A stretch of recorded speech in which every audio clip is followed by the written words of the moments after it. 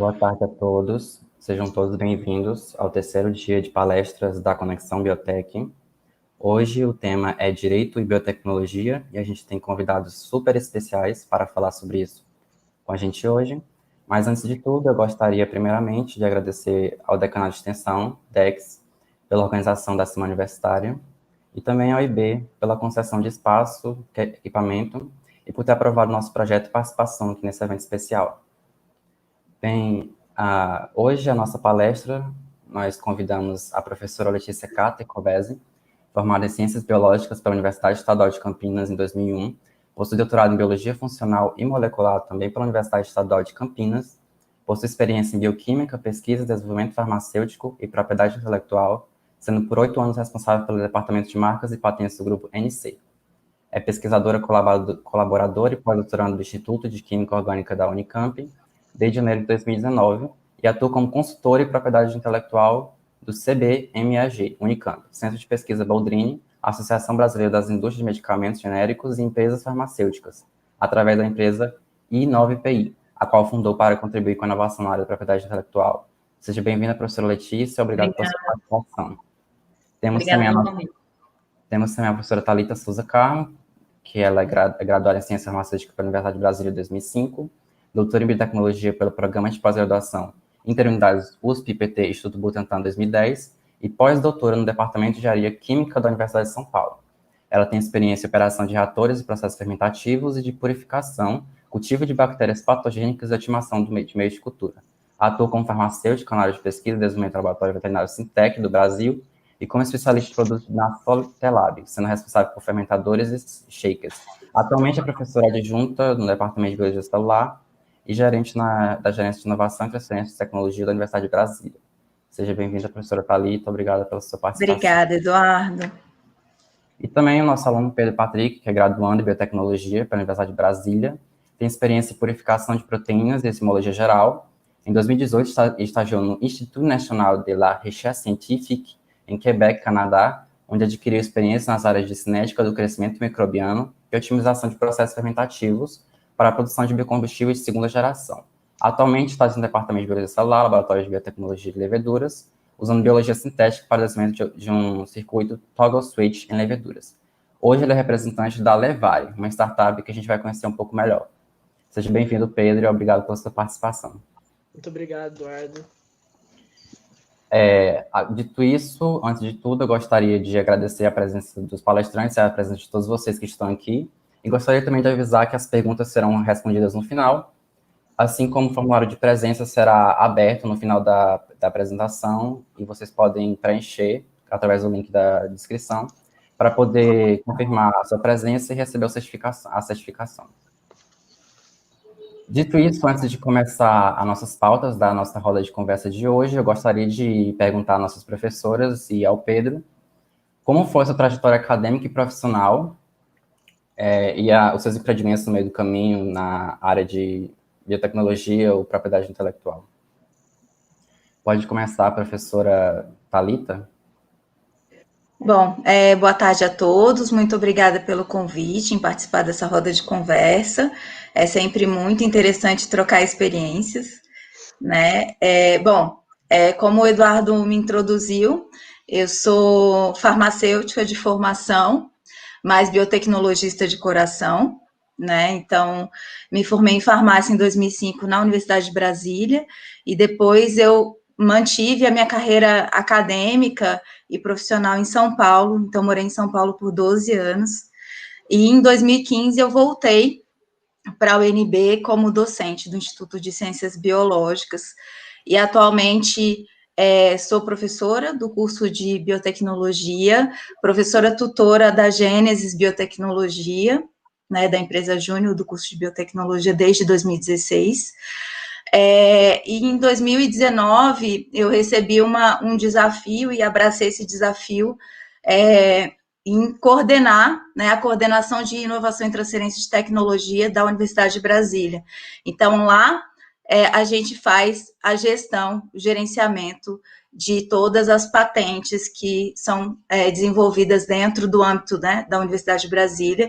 Além disso, Também na minha coordenação a gente tem um núcleo de comercialização de tecnologias, então a gente acaba fazendo desde o início da cadeia, né, onde a gente trata junto com os professores, né, com os docentes, os inventores, sobre, né, a tecnologia que se quer patentear, até o processo mesmo de comercialização, de ligação com empresas. Então, é uma experiência muito, muito grandiosa, assim, é muito interessante. Eu já convivia, né, já tinha vivência um pouco na parte de propriedade intelectual, mas realmente a minha bagagem ela foi se formando desde novembro de 2019, assim, minha bagagem maior, né, de demandas, de tentar entender como que é esse processo, né, dentro da universidade. E no início de 2019, eu tive a feliz coincidência de reencontrar alguns alunos da biotecnologia, e a gente fundou, então, a Levare Biotecnologia, com o intuito de promover a biotecnologia aí, para que as pessoas conheçam mais, para que a gente consiga inserir, né, o biotecnologista no mercado. Então, desde janeiro desse ano, então, a gente desenvolve juntos essa iniciativa. Então, estamos numa fase de estruturação que tem sido muito interessante, tem sido muito engrandecedora. E temos Pedro aqui como também cofundador da Levare, e me dá muito orgulho. Obrigado, professora. Professora Letícia? Eu primeiro agradeço demais o convite, eu estou muito contente em ouvir a Thalita comentar e saber que o Pedro já está atuando nessa área, porque a minha história é um pouco diferente. Eu fiz doutorado, pós-doc, fui tudo por uma carreira acadêmica, aí depois, quando eu estava já pensando se eu prestaria um concurso público, eu não sabia direito o que eu ia fazer da minha carreira, eu acabei tendo uma filha, né, eu já tinha casado e tal, e comecei a repensar o que eu faria. Aí uma indústria farmacêutica aqui da minha região de Campinas precisava de alguém que soubesse de biotecnologia e soubesse também de patentes. E não existe esse profissional. Então, é uma oportunidade muito bacana para quem quiser aprender. E eu acabei aceitando o desafio, fui aprendendo, fui me especializando. Eu não sabia nem o que era patente na época, assim, tinha algum contato na faculdade, mas não tinha muita noção. Isso foi em 2009. Fui me especializando, fui fazendo vários cursos, e aí eu assumi a gerência do departamento de marcas e patentes dessa farmacêutica, fiquei por 8 anos lá. Fui convidada para estruturar o departamento de patentes de uma outra indústria farmacêutica, agora em São Paulo. Estruturei o departamento, consegui treinar bastante gente, e acabou que eu resolvi, como eu já tinha, minha filha já está agora com 11 anos, né? Eu já tinha essa vontade de voltar para Campinas, que é onde eu moro. Eu resolvi abrir minha própria consultoria, que é a InovaPI, que tem muita demanda, então tem muita oportunidade para quem quiser aprender, e tem pouca gente que sabe de patente. A gente sabe que no Brasil a biotecnologia ainda tem um caminho muito bom pela frente, mas tem muitos desafios também. Então, eu fiquei feliz de saber que vocês já estão atuando nessa área, fiquei muito contente com o convite, porque eu acho que é a maneira da gente conseguir multiplicar esse conhecimento e permitir que mais pessoas tenham interesse pela área, porque o Brasil é muito carente dessas oportunidades. Eu até tinha trazido uma apresentação, mas acho que nem é necessário. É mais para mostrar que o Brasil agora ele tem se estruturado e na Estratégia Nacional de Propriedade Intelectual em capacitar pessoas, então a gente tem muitas oportunidades por aí. Eu acho que é muito legal a gente falar sobre isso aqui. E aí, depois, se vocês quiserem, eu posso comentar um pouquinho mais, mas eu acho que o foco vai ser maior a gente conversar mesmo e bater esse papo para ver se estimula mais gente a multiplicar esse conhecimento e fazer com que outras pessoas também tenham essa possibilidade, porque tem muitas oportunidades aí pela frente. Fiquei super contente de conhecer a história de vocês. Agora, acho que o Pedro pode falar, se ele quiser contar um pouquinho da história dele. Bom, pessoal, então, boa tarde. Muito obrigado pelo convite, né, por estar aqui. Como o Eduardo disse, eu ainda estou me graduando, né? Estou no último semestre de Biotech na UNB. E eu acho que, assim, como todos os alunos, né, na área assim, de biotecnologia, a gente demora muito a ter esse contato com empreendedorismo, com patentes. Então, a gente sempre tem essa ideia de que, eu vou me formar, o meu destino certo é fazer um mestrado, um doutorado, um pós-doc, e depois ser um professor pesquisador, né? Então, eu acho que a minha história desviou um pouco disso, né? Em 2017, quando eu entrei na Gênesis, né? Biotecnologia, a empresa júnior, e aí todo nesse ambiente de empreendedorismo, startups, ideias, inovações e serviços, e aí foi aí que eu comecei a me encontrar. Ano passado, em 2019, eu e mais umas amigas, com a ajuda da professora Thalita, a gente participou de um processo de impulsão de ideias, né? Então, promovido pelo Dextra, que é um projeto de extensão da UNB, que faz essa ponte entre universidade e mercado de trabalho.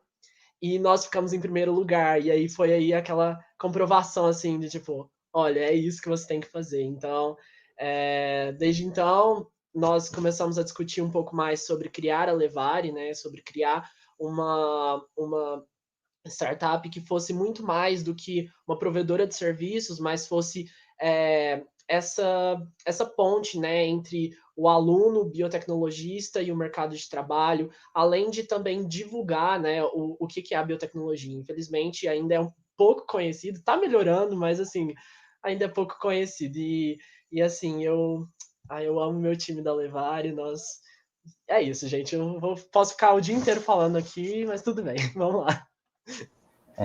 Pedro, você pode falar um pouquinho sobre o que é a Levari, essa startup, essa iniciativa para a gente? Sim, posso. A Levari, ela é uma startup que surgiu esse ano, como a professora Thalita disse, e a gente oferece consultorias para produtores de alimentos e bebidas fermentadas. Então, a gente trabalha especificamente em processo de produção, né? Se as pessoas estão tendo problemas de produção, estão tendo problemas de biossegurança, a gente pode dar essa consultoria nessa área, né? Manual de boas práticas e tudo mais. A gente está com os outros projetos aí, né, de marketplace, estamos pensando em vários projetos futuros, mas basicamente é isso. Só que a ideia da Levari foi nascer para dar trabalho para os alunos que se formassem em biotecnologia, né, para dar um local para as pessoas trabalharem.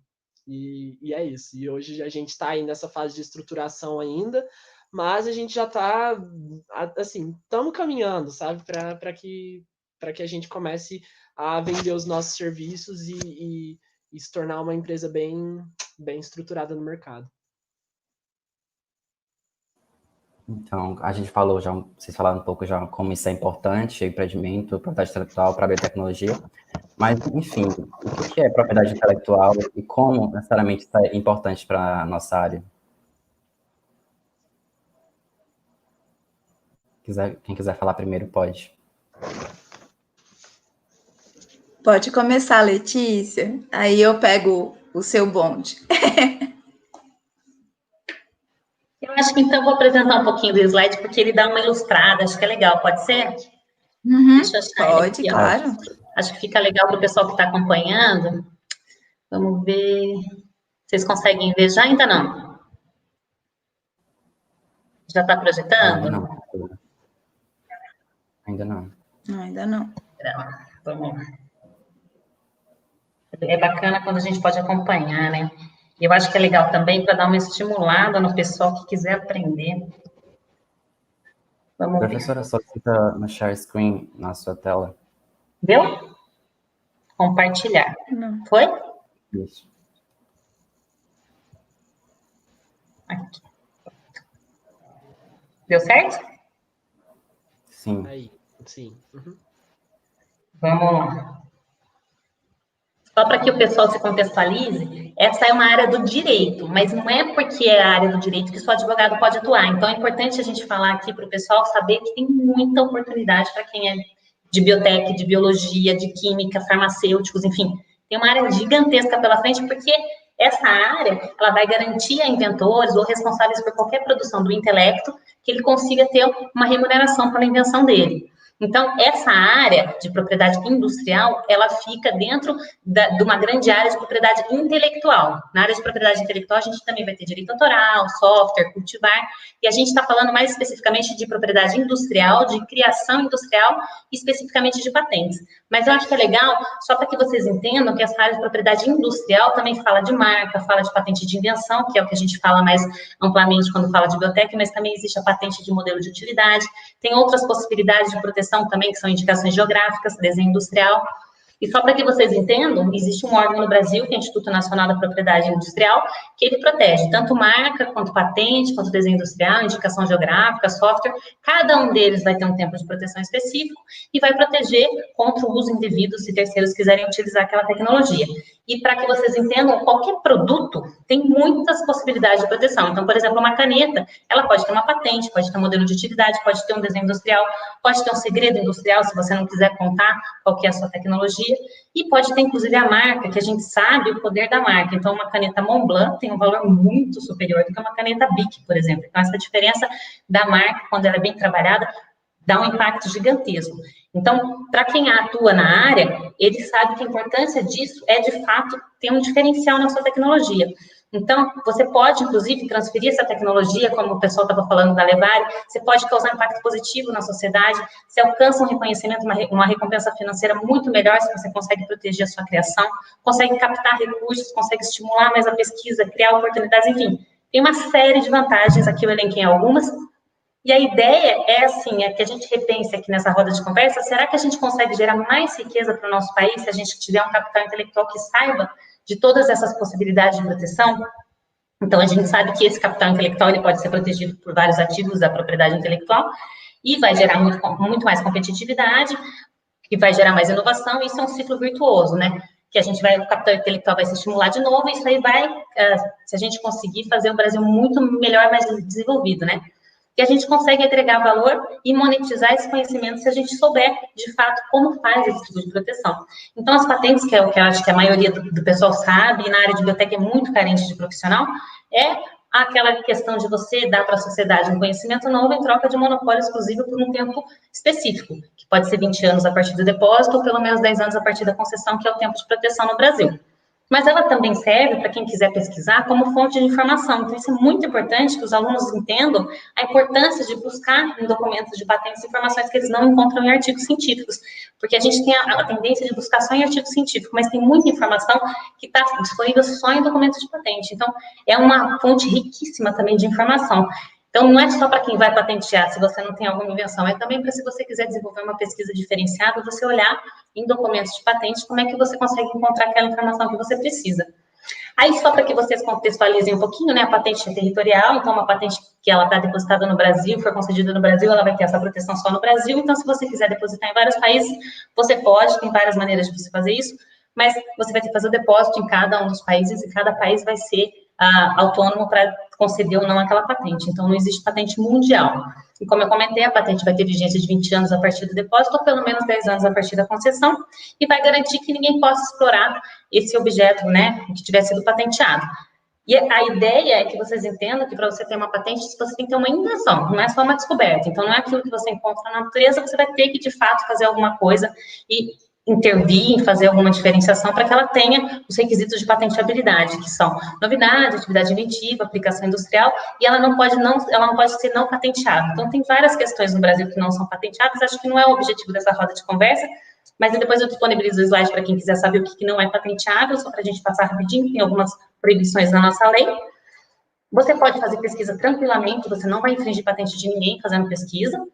E você precisa pensar que essa patente ela vai ser muito importante não só para proteger investimento, fortalecer a negociação, atrair investidor, ter incentivo fiscal, que para a indústria isso é muito importante, mas no meio acadêmico, que para vocês eu acho que é muito legal entender que vocês são parte do desenvolvimento tecnológico e econômico do país. Então, você consegue uma maior possibilidade de licenciamento, você consegue mais incentivo para inovação, mais incentivo para pesquisa, uma vez que você tem esse ativo, né, de propriedade intelectual. E essa questão do ciclo virtuoso eu faço questão de frisar, porque a ideia é que vocês utilizem o que vocês conhecem, que vocês sabem, em prol da inovação, em prol desse ciclo virtuoso de gerar mais inovação a partir da monetização desse conhecimento. Então, as patentes elas vão gerar sempre mais inovação, mais benefício para a sociedade, que vai conseguir fazer mais pesquisas e gerar mais inovações, e aí é um ciclo virtuoso mesmo, uma vez que você consiga entender como é que funciona todo esse mecanismo, esse processo. E quem tiver vontade de atuar na área de patentes tem um mundo riquíssimo pela frente. Você pode trabalhar em indústria, em centro de pesquisa, núcleo de inovação tecnológica, escritório, consultoria, pode empreender com startup, com diversas possibilidades, né? E esse conhecimento técnico de vocês, quem sabe biotech, é muito importante em várias etapas do processo. Quando você deposita um pedido de patente, você vai ter várias etapas até que aquele pedido seja concedido. Então, durante todas essas etapas, o conhecimento técnico é muito importante para responder uma exigência técnica, para entrar com subsídio técnico. Tem uma série de trabalhos que eu também não vou me alongar muito aqui, mas quem tiver interesse, depois eu vou deixar o link de um curso que eu tenho disponível para quem tiver vontade, a gente pode conversar sobre isso. Mas a ideia é que vocês entendam que existe um mundo de oportunidades aí, tanto administrativamente quanto judicialmente. Existem ações judiciais em que o perito técnico é essencial. Então, quem souber dessa área e souber da área de patentes, tem também muitas possibilidades de atuação profissional. Então, tem na área farma, medicamentos, na área agro, tem cultivares, na área ambiental tem biocombustíveis, bioremediação, tem uma série de coisas. Quem tiver interesse e souber, de fato, atrelar esse conhecimento de biotech com o conhecimento técnico de patentes, tem um campo riquíssimo para explorar profissionalmente. E para vocês entenderem, né, como eu comentei no começo, existem muitas oportunidades que têm sido cada vez mais crescentes na nossa área. Então, a gente teve recentemente uma consulta pública da Estratégia Nacional de PI, em que se falou que, de fato, a gente precisa construir um Brasil melhor, uma política nacional de inovação que tenha, de fato, uma aplicabilidade, uma capacitação maior. E o objetivo é que a gente consiga, de fato, que o sistema seja mais amplamente utilizado. Então, tem se discutido muito isso, e eu acredito que várias oportunidades vão surgir a partir dessa estratégia. Eles diagnosticaram que o nosso sistema ainda é pouco efetivo, mas a gente precisa, sim, tem uma carência muito grande de profissionais, tanto no judiciário quanto administrativo, enfim. Então, a gente precisa, sim, investir nisso, e eu acredito que agora vai ter todo um direcionamento para que a gente consiga ter um plano de ação adequado para capacitar mesmo. Então, um dos eixos que existia nessa estratégia, que eles estão discutindo e que vai ser implementado, é disseminar e formar capital intelectual capaz de atuar em TI. Então, aqui tem o eixo de novo falando, né, qual que é a ideia, que é ampliar essa ideia sobre a importância, né, da capacitação em TI. E, além disso, o INPI tem feito vários programas bacanas. Então, agora tem tido vários seminários de parceria, por exemplo, com a Dinamarca, falando sobre agricultura, agronegócios e inovação. A gente tem um projeto super bacana do INPI Novos Negócios para licenciar mais facilmente. Vai ter uma vitrine de PI, onde o projeto que tiver sido depositado a patente vai poder ter lá no INPI toda a descrição para que as empresas consigam fazer uma negociação melhor. Enfim, tem uma série de possibilidades. E aí eu tenho esse curso, quem tiver interesse, eu vou deixar depois o link para vocês, que conta um pouquinho mais como que vocês podem atuar. Mas, enfim, aí a ideia é que vocês entendam, deixa eu parar de compartilhar, um pouquinho de todas essas possibilidades.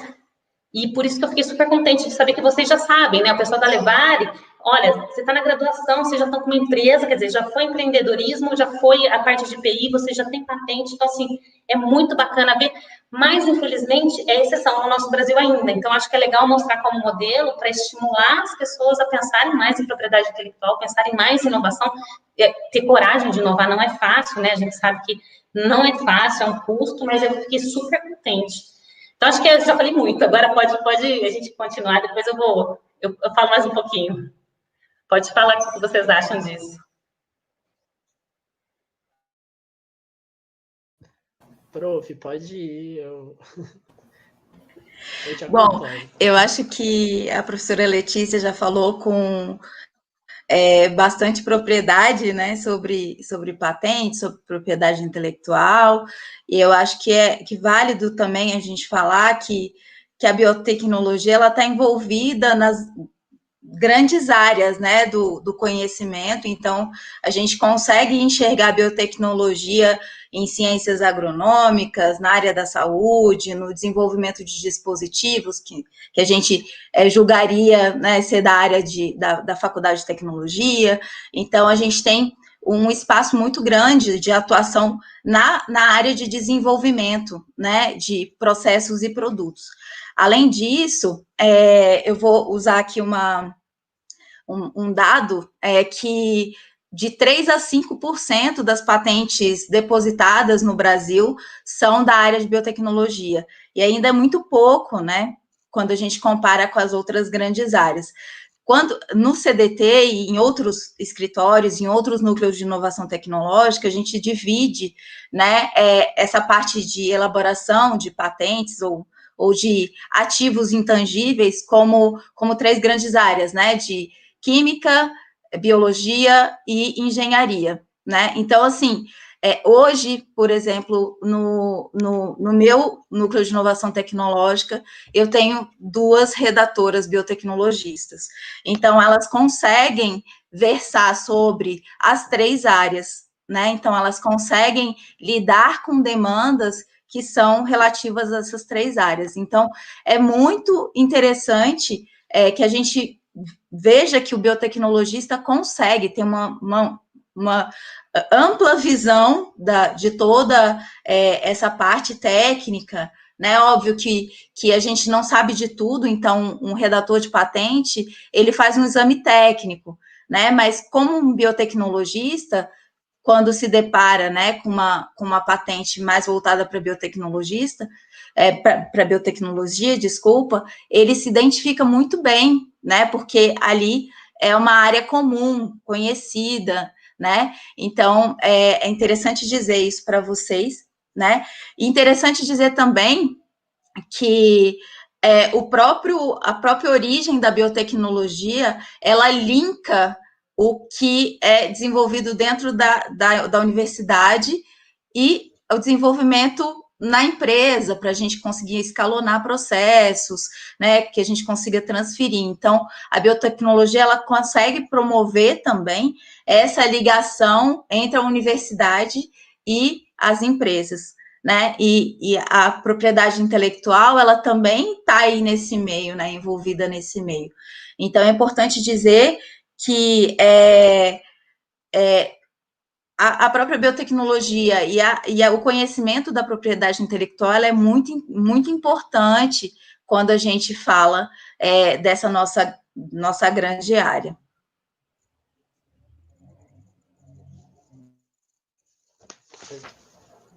Quer falar alguma coisa, Pedro? Eu só queria complementar um negócio que a professora Letícia disse, que ela falou sobre, né, esse processo ser falho, e realmente eu pesquisei um pouco mais sobre isso, né? Segundo a Organização Mundial de Propriedade Intelectual, o Brasil, a produção acadêmica do Brasil representa 2,4% da produção mundial, mas disso tudo 0,2% acaba virando uma patente ou um tipo de propriedade intelectual. Então, o que está acontecendo entre essa produção e a produção da patente, né? Quais estão sendo os desafios aí no meio? E é justamente aí que o biotecnologista e outros profissionais da área também podem atuar, né? Criando essas resoluções de problemas, como a própria profissão já diz, né? Que nós somos a gente soluciona problemas, e é isso. Bem, certamente esse conhecimento sobre propriedade é bastante importante para o desenvolvimento de empreendimentos, sejam eles startups ou empresas. No caso de vocês mesmo, no caso da professora Thalita e do Pedro Levari, ou também no caso da professora Letícia, sua empresa InovePI, se eu não estiver errado, é isso mesmo, professora? Eu gostaria que vocês falassem um pouco para a gente sobre por que você decidiu empreender, sobre a empresa de vocês e tal, e como foi importante no desenvolvimento, no processo de criação e manutenção da sua empresa, toda essa área que a gente está aqui para conversar. Professora Letícia? Vamos lá. Está um pouquinho barulho aqui, espero que não atrapalhe vocês.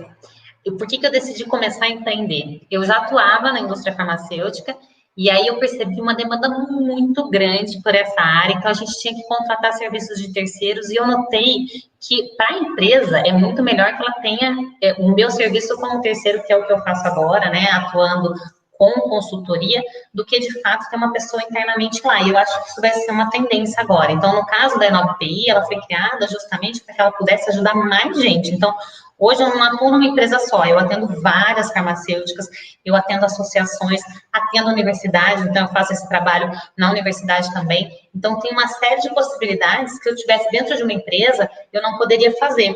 E aí, a minha intenção, até com esse curso Patente na Prática, é capacitar mais gente, porque não tem gente no Brasil capacitada para fazer tudo o que eu preciso. E eu estou tendo muita demanda, as pessoas estão começando a entender mais a importância da propriedade intelectual e não tem gente suficiente capacitada. Então, eu tenho vários parceiros que me ajudam e que fazem todos os relatórios, todas as demandas que eu preciso, mas muitas vezes eu tenho que treinar esse profissional. Então, tem uma pessoa, por exemplo, que ela está agora na área agro, eu estou treinando ela, capacitando ela em propriedade intelectual, e ela tem essa bagagem de agro. Então, a gente troca muita ideia, porque ela precisa passar a parte técnica, né? Como eu sou bióloga, tenho toda a minha pós-graduação em biotecnologia, eu entendo bastante de biotec, mas tem especificidades da área agro que eu preciso de um agrônomo me ajudando.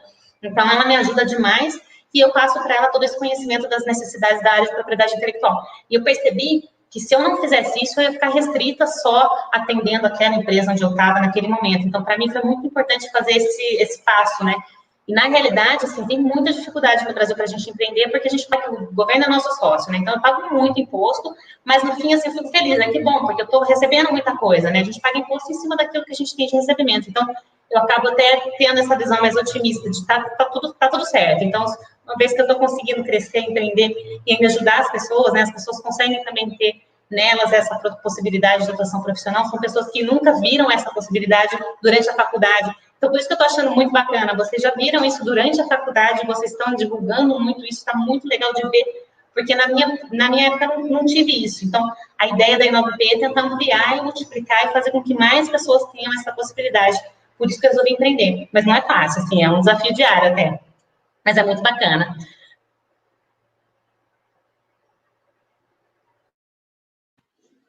Pedro, eu acho que a gente pode dividir a nossa fala, né, para falar um pouquinho sobre a Levare, mas eu acho que desde antes, né, de eu voltar para a Universidade de Brasília, eu tinha esse sonho de empreender, de alguma forma, né? E eu acho que a ideia da Levare, ela surgiu mesmo de conversas com os alunos, né, diante das dificuldades deles, porque eles sempre vinham me procurar para conversar, para saber sobre carreira, sobre como que foi a minha carreira, quais foram as escolhas que eu fiz, quais foram as dificuldades que eu vivi e tudo isso. E eu comecei a me deparar realmente que o mercado de biotecnologia ainda estava muito restrito, né? Ainda está muito restrito. Principalmente aqui no Centro-Oeste, Letícia. Então, a gente tem uma dificuldade muito grande de empresas, né, especializadas em biotecnologia, para que a gente consiga, então, colocar, né, esses meninos no mercado. Então, eu sempre me vi, assim, com uma interrogação de tipo, tá, eles vêm conversar comigo, mas muitas vezes eu não vou conseguir resolver o problema deles, né? Então, a ideia da Levare era uma ideia que eu vim assim, galgando, assim, aos poucos. Eu já tinha ensaiado iniciar uma startup há uns 2 anos atrás, com 2 outras ex-alunas da biotecnologia, que hoje também são membros, né, membros da Levare. E aí a gente parou, porque aí a gente teve prioridades, né? Então, elas passaram a fazer um mestrado, uma especialização, e a gente meio que amortizou, né? E aí, no início de 2020, então, conversando com Pedro, Ana Carolina, Larissa, Nayara, Camila, que vem de uma outra iniciativa também nossa, a gente acabou sentando e decidindo que era o momento para a gente encarar todas as dificuldades do empreender, né? Então, nós temos pessoas especializadas, né, que com mais vivência em algumas áreas, então é um momento em que a gente troca muita experiência, assim, muitas ideias, assim. Pedro é fantástico na área de desenho, de marketing. A gente tem pessoas assim, muito especializadas também na parte de gestão, né? E a gente, assim, eu costumo dizer que nós somos entusiastas, né? Então a gente acho que se deu as mãos e começou a querer colocar a nossa ideia para frente, né? Então, desde janeiro a gente já tem obtido, assim, bons resultados, né? A gente está participando de editais de financiamento, porque também um viés muito importante no caso do empreender é realmente a gente ter capital para empreender, né? Então, a gente tem um capital muito baixo, então a gente precisa fazer com que a gente tenha como né, investir na empresa, investir em capacitação. Então, eu dei esse desafio para que eles também me dessem ideias de como que a gente ia conseguir sobreviver, né? Assim, então, a gente está participando de um processo de aceleração, né, de ideias. Durante esse período de pandemia, né, a gente teve que pivotar muitas ideias, a gente tinha ideias de elaborar cursos para produtores de cerveja, produtores de kombucha, a gente já estava com quase tudo engatilhado, aí veio a pandemia, a gente teve que retrair tudo, e aí durante essa ideia, esse período, né, a gente, né, já produziu um e-book de legislação, de kombucha, a gente tem desenvolvido agora, né, um manual de boas práticas para a produção de kombucha, que a gente viu que é um mercado que é crescente. Então, assim, a gente tem visto todos os dias obstáculos, mas a gente não tem, acho que, se desestimulado por conta desses obstáculos, né? Pedro, fala um pouquinho para a gente. Olha, eu acho que você falou tudo, prof, mas assim, só complementando um pouquinho, eu acho que também essa vontade de empreender vem muito da vontade de criar soluções práticas e inventivas, sabe? Porque a gente...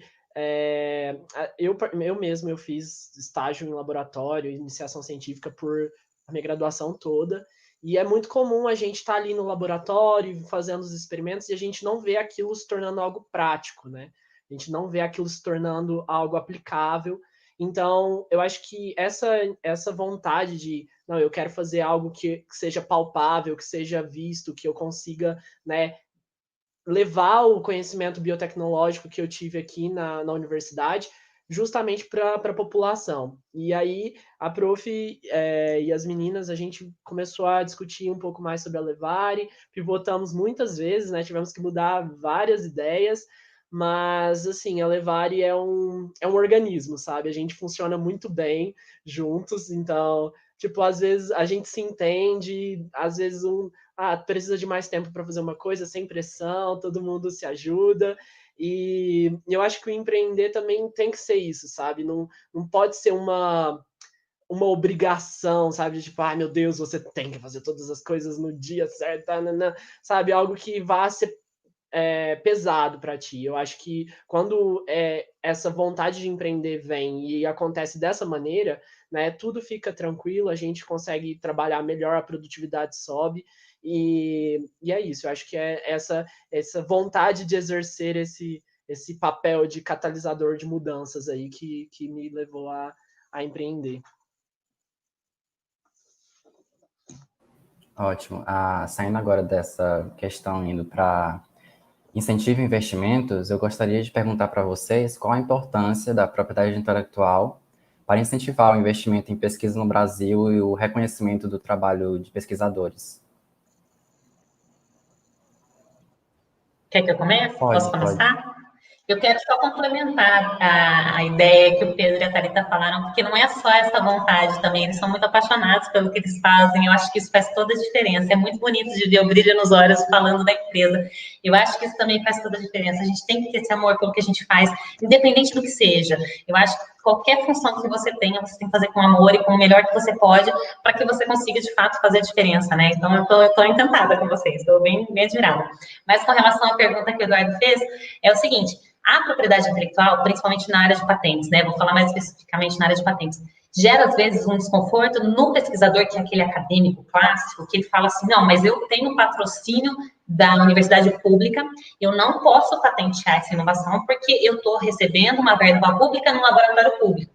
E isso é um mito que a gente precisa quebrar no Brasil, porque a gente vê muitos casos de sucesso que o pesquisador público faz parceria com a empresa, justamente porque ele depositou um pedido de patente, e ele consegue muito mais incentivo para capacitar o laboratório dele, para continuar fazendo pesquisa de ponta, e aquele ciclo virtuoso da inovação se perpetuar. Se ele não tiver patente, se ele não tiver proteção daquela inovação, dificilmente a empresa vai querer, de fato, investir naquela pesquisa, naquele desenvolvimento, naquela tecnologia. Então, é muito importante ele ter essa consciência de que não tem nada de errado em monetizar esse conhecimento. Ele pode, sim, ganhar dinheiro com a inovação dele, porque, na verdade, esse royalty vai ser revertido para a universidade, que vai repassar para o laboratório dele. Então, tem vários cases de sucesso no Brasil de pessoas que, de fato, depositaram a pedido de patente delas, conseguiram o licenciamento da empresa e conseguiram fazer a diferença. E a gente percebe que, às vezes, o pesquisador fica um pouco incomodado com isso, achando que ele tem que só publicar, e publicar, e publicar. Muitas vezes, em editais de concurso, é importante que você tenha várias publicações, mas nada impede que você primeiro protocole seu pedido de patente e depois você publique, não tem problema nenhum. Você tem que só fazer esse caminho, porque uma vez que você publicar, você vai acabar tirando a novidade da sua própria inovação. Então, primeiro você deposita o seu pedido de patente e no dia seguinte, ou então no mesmo dia, se você quiser, já pode submeter seu artigo para publicação, que não tem problema nenhum. Então, é muito importante o pessoal ter essa consciência que, de fato, é interessante, sim, você avaliar se você tiver novidade, atividade letiva, aplicação industrial, tiver uma inovação bacana, deposita, sim, seu pedido de patente, independente se for verba de bolsa de pesquisa, se for verba do governo, enfim, independente do que quer que seja, o titular, se você estiver na universidade, vai acabar sendo a universidade que vai se beneficiar muito com isso. Então, é importante a gente tentar conversar mais sobre isso e ampliar esse debate. Então, é isso. Letícia, também acho que é importante a gente falar que muitos dos pesquisadores, eles não veem importância, né, em depositar uma patente, porque a própria redação, ela é uma redação mais dificultada, né, mais chata de ser feita, porque você precisa responder reivindicação, precisa, né, enfim, parece redundante. Então, o que eu vejo, assim, nos pesquisadores com quem eu convivo, é exatamente isso, a dificuldade e a morosidade de um processo de elaboração de patente, e aí depois o depósito também, aguardar todo o período, né, de backlog que nós temos aqui no Brasil. Então, eu acho que na cabeça do próprio pesquisador, né, do próprio inventor, muitas vezes passa isso, né, do que para que eu vou ter tanto trabalho para demorar tanto, e se eu posso publicar um artigo, escrever um artigo e publicar, né, os meus resultados. Então, acho que é importante a gente falar que a patente, sim, é uma forma de proteção da sua ideia, né? Então, um artigo, a gente pode pegar um artigo e tentar reproduzir o que está descrito na metodologia do artigo, né? Mas, e posso, inclusive, né, comercializar, se aquilo não for patenteável, eu posso comercializar, né, de posse dos meus resultados e tal. Então, é importante dizer que a patente, ela dá essa exclusividade para o pesquisador, né, para o inventor. E assim, mesmo que seja um processo moroso, eu acho que de uns anos para cá, esse processo vem sendo diminuído, né, esse tempo de backlog, né, de espera, vem sendo diminuído. Né? Então, eu acho que é muito importante a gente frisar que patentear é, sim, um ato muito importante. Excelente, achei ótimo você lembrar, Thalita, porque, de fato, tem essa questão também. Eles ficam resistentes, até eu brinquei uma vez no seminário falando que a gente tem o patentês, é tipo inglês, português e patentês. O examinador da NPI não gostou muito. Não é uma outra linguagem, e é uma outra linguagem, ela é redundante, ela é mais rebuscada, mas não é nada que um pesquisador que escreve um paper não consiga aprender. É muito mais fácil do que você escrever um artigo científico, mas muito mais fácil mesmo. Então, por isso que eu estou dando esse curso para capacitar. O próprio INPI tem vários templates, tem um programa agora que chama Minha Primeira Patente, que você consegue todos os templates para que você consiga preenchendo a sua inovação. As universidades têm os núcleos de inovação tecnológica que ajudam nesse processo. Então, assim, tem várias possibilidades de você buscar essa informação, então isso não pode mais ter desculpa, né? Tudo bem, é mais complexo? Pode até ser que seja porque você está acostumado com uma outra linguagem, mas eu garanto que um pesquisador que seja capaz de fazer uma publicação, ele é muito tranquilamente capaz de fazer e aprender a fazer uma reivindicação bem escrita, fazer um pedido de patente bem elaborado. E com relação ao backlog, de fato, o plano de combate ao backlog tem melhorado demais, tem agilizado muito através de várias publicações de exigência, e isso também é uma baita oportunidade para quem quiser atuar na área, porque tem surgido muitas exigências de exame e não tem braço para responder esse tanto de exigência, porque tem que assinar esse backlog até o final do ano que vem. Então, tem muita coisa aparecendo aí de demanda para que você responda um pedido de patente e justifique que, de fato, ele tem essa novidade, essa atividade inventiva, de acordo com aquela informação que o examinador colocou lá. Então, isso tem ocorrido cada vez mais rápido, também não é desculpa. E caso o pesquisador queira licenciar para uma empresa e o pedido dele ainda esteja em exame ou não tenha sido publicado, ele pode pedir a publicação antecipada, ele pode pedir aceleração de exame, então tem uma série de possibilidades para que esse processo não seja moroso. Então, também não pode mais ser desculpa também. Então, mas foi ótimo você falar, porque, de fato, são objeções que a gente ouve, né? Não é para ser. É muito importante saber que tem vários caminhos para você agilizar o exame, para que você consiga, de fato, escrever um documento de patente tranquilamente. Se você não puder escrever, você tem o Núcleo de Inovação Tecnológica que pode te ajudar, tem consultorias, escritórios, tem várias possibilidades de você encontrar onde achar essa informação. E o próprio site do NPI também tem lá o programa Minha Primeira Patente, que tem muito fácil o manual para você fazer, enfim. Eu acredito que um pesquisador que seja capaz de fazer uma pesquisa inovadora vai achar isso tranquilo. Óbvio, vai ter que sentar, vai ter que estudar, não é assim tão, né? Mas não precisa deixar como se fosse uma coisa muito complexa. Eu acho que é importante a gente tentar simplificar isso, que eles entendam que não tem essa questão de achar que isso é um empecilho, não, talvez uma dificuldade, mas o bônus, né, o que você vai receber em troca, essa possibilidade de proteção, essa possibilidade de monetização, essa possibilidade de incentivar a pesquisa e inovação, isso não tem preço, isso não tem nada que justifique você falar que você não quer fazer, sabe, na minha percepção, tá? Eu também sou apaixonada pelo que eu faço, então, às vezes eu me empolgo, mas enfim, essa é a minha opinião.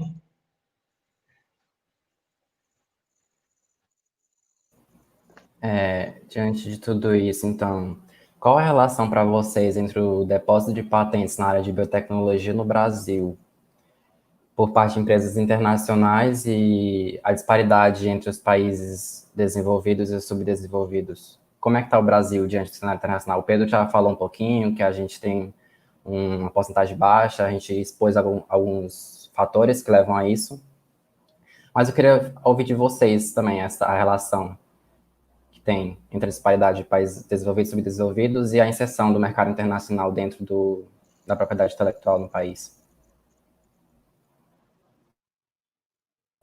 Quem se sentir confortável para começar. Eu começo, daí vocês vão me ajudando. Pode ser. A gente sabe que, independente da área de biotech, tá? Em várias áreas, na área de química, na área de várias áreas, a gente nota que a maioria dos pedidos de patentes são de empresas multinacionais, empresas estrangeiras. A maioria mesmo, a vasta maioria. São poucos os pedidos de empresas nacionais. Mas isso não impede que uma pessoa que seja capacitada na área de biotecnologia não possa atuar, inclusive, para entrar, por exemplo, com subsídios técnicos ao exame dessas empresas que depositaram pedidos sem méritos. Não impede que uma empresa nacional deposite o seu próprio pedido de patente, como eu acho que vocês fazem aí na Levare. Não impede que você faça a diferença aqui.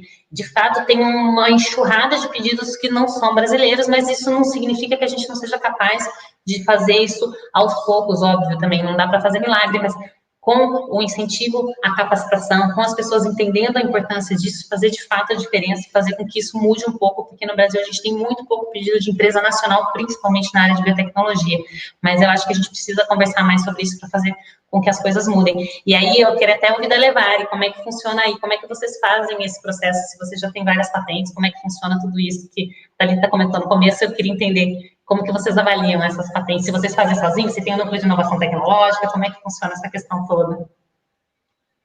Bom, essa parte de patentes a gente não trata, né, atualmente na Levare, Letícia, mas eu trato no NIT da Universidade de Brasília, né, então o meu conhecimento todo é advindo do NIT, né, onde eu coordeno, então, a coordenação de inovação e transferência de tecnologia.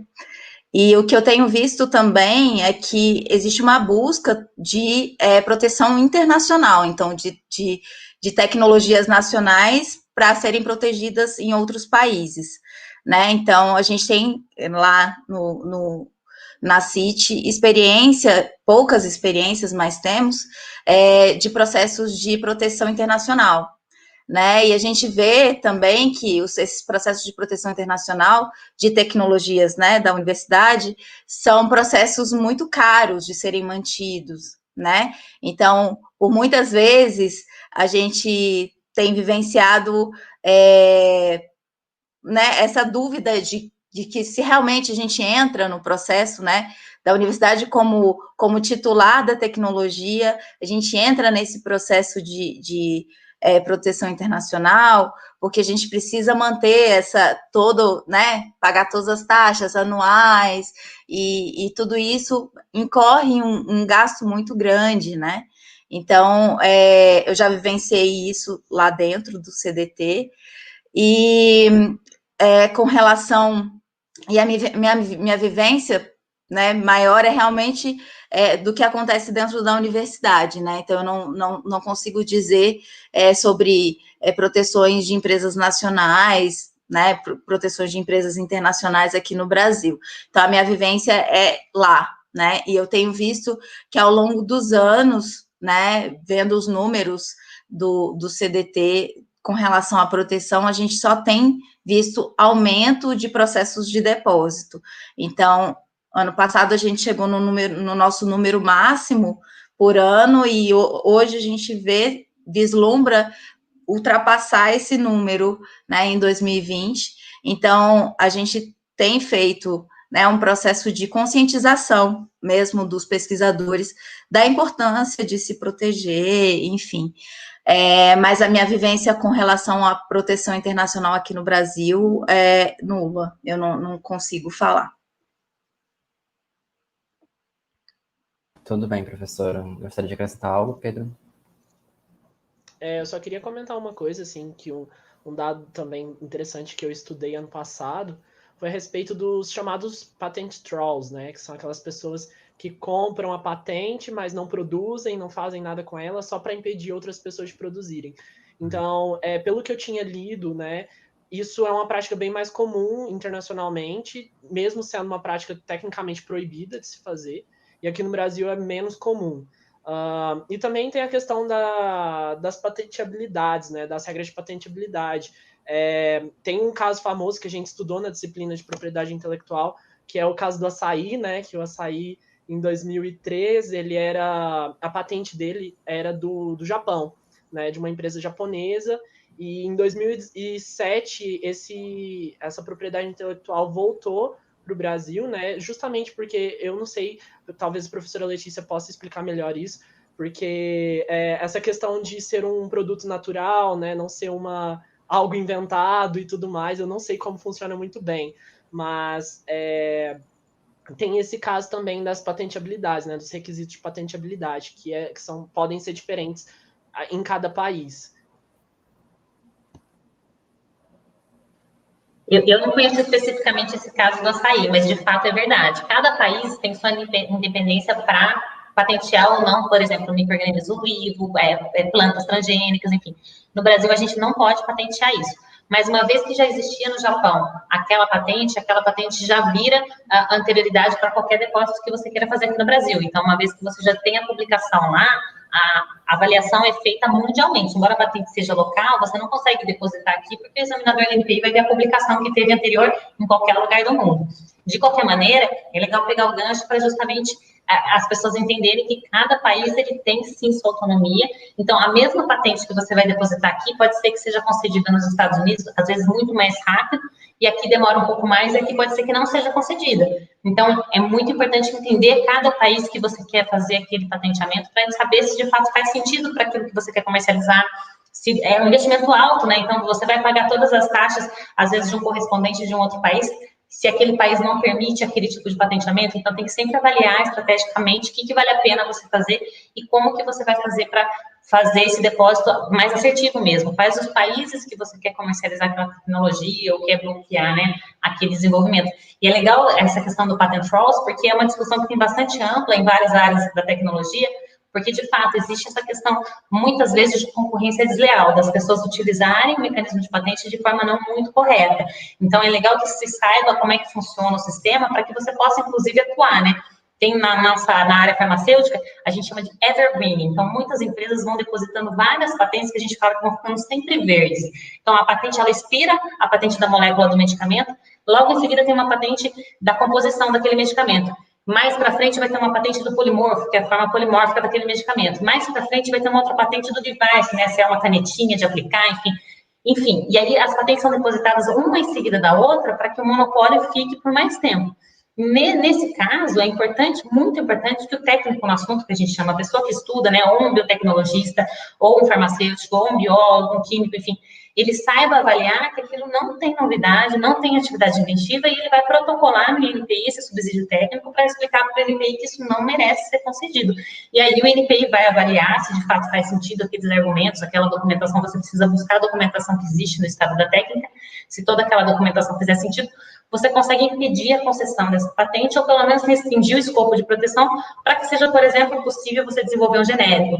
Então, tudo isso você vai aprendendo para saber, de fato, o que faz sentido. A gente estimula muito o patenteamento, sim, contanto que sejam patentes que tenham mérito, que tenham novidade, atividade inventiva, aplicação industrial, e seja, de fato, para crescimento do ciclo virtuoso da inovação, né? Que as coisas aconteçam de maneira que você consiga estimular a inovação e não só bloquear a concorrência, como existe em muitos casos que a gente nota por aí. Então, é legal também falar sobre isso, muito bacana saber que vocês já também estudaram isso, e que tem, inclusive, uma disciplina de propriedade intelectual. Eu estou, assim, encantada, porque eu queria muito que tivesse isso. Na Unicamp, eu dou aula de voluntário lá, né? Eu sou pesquisadora colaboradora voluntária, e para a turma da Química. Mas a Unicamp é gigante, né? Tem um NIT muito bom, Inova lá é excelente, é uma agência de inovação fantástica, mas também não tem tanto braço para abranger tudo que a universidade precisa. Então, a gente sempre percebe que é importante ter cada vez mais isso, e é muito legal saber que vocês têm, inclusive, uma disciplina sobre isso. Fiquei super contente também.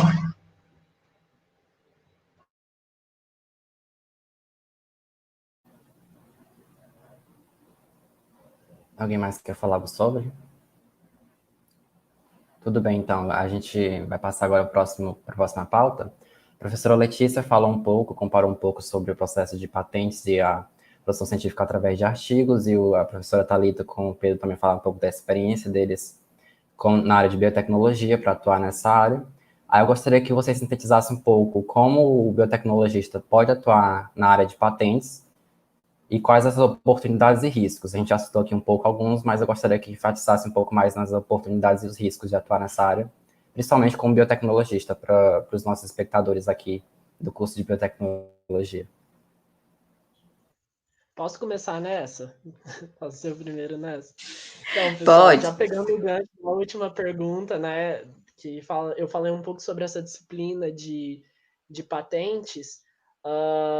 Eu acho que uma das oportunidades seria, na real, agora, né, teremos o Núcleo, né, que é o Encontro Nacional de Estudantes de Biotecnologia. Então, eu acho que é muito importante trazer essa discussão também da questão curricular do ensino, né, de biotecnologia no Brasil, porque, segundo uma pesquisa que eu fiz, pesquisei todas as grades curriculares dos 5 melhores cursos de biotecnologia do Brasil, e eu vi que apenas a Unesp de Assis possui uma disciplina de patentes como obrigatória. Então, isso está sendo negligenciado pela universidade, sabe? Os alunos não estão tendo essa oportunidade de ter o conhecimento de forma obrigatória ou mesmo optativa, algumas não oferecem essas disciplinas. Então, eu creio que possa ser uma oportunidade de trazer essa discussão à tona e levar esse ensino para o Brasil todo, para os biotecnologistas como um todo. Bom, falando um pouco sobre a atuação do biotecnologista na parte de propriedade intelectual, a gente já conversou um tiquinho lá no início, né, da roda de conversa, mas capacitá-los, né, na parte de propriedade intelectual para torná-los, por exemplo, redatores de patente, examinadores técnicos, porque realmente tem-se um espaço muito grande, né? Então, assim, os núcleos de inovação tecnológica têm necessidade de profissionais como os biotecnologistas. Então, eu acho que investir nessa formação, né, de aprender mais sobre propriedade intelectual, a professora Letícia falou sobre o curso que ela dá, o próprio INPI também fornece vários cursos ao longo do ano, né? São cursos muito interessantes, vocês fazem prova durante o processo, então realmente vocês saem capacitados, né? Em propriedade intelectual.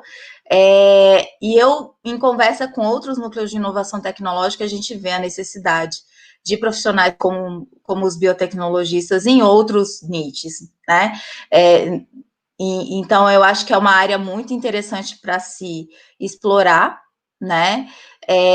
Concordo com o Pedro que eu acho que não é só no curso de biotecnologia, não, Pedro. Eu acho que nos outros cursos, por exemplo, da área de saúde, o direito, né, trata da propriedade intelectual na sua grade curricular, mas nos cursos de engenharia, eu acho que é importante tratar sobre propriedade intelectual em todos os cursos, né? Falar um pouquinho sobre a importância, sobre o porquê de se proteger processos ou produtos, né? Eu acho que a gente deveria dispersar a propriedade intelectual em todas as áreas, né? Então, uma das coisas que me encantou muito, né, quando eu cheguei aqui, quando eu retornei, né, a Brasília, foi exatamente isso, saber que o curso de biotecnologia tinha uma disciplina que chama Legislação e Patentes, e que tinha também, dentro da grade, uma disciplina chamada Empreendedorismo. Então, é como se fosse a menina dos olhos, né? Falar, puxa, pelo menos esses meninos vão ter uma ideia do que é empreendedorismo e do que é propriedade intelectual. É óbvio que em um semestre a gente não consegue, né, aprofundar essa parte de propriedade intelectual, mas pelo menos dá aquele gosto para dizer assim, eu quero investir nisso, eu quero gastar meu tempo estudando mais sobre isso, né? Então, por exemplo, eu vou usar o meu exemplo, assim, acho que se na época da minha faculdade tivesse biotecnologia, eu acho que eu teria feito biotecnologia, mas eu tinha uma disciplina que chamava enzimologia e biotecnologia, e aquilo ali me deixou uma mosquinha, assim, tipo, cara, vamos procurar saber melhor o que faz a biotecnologia, o que é e tal, e me fez decidir por biotecnologia, né? Então, eu acho que a própria vivência na faculdade, né, na universidade, traz essas possibilidades de escolha, né, do que a gente vai trabalhar depois, em que a gente vai estudar, em que a gente vai se especializar.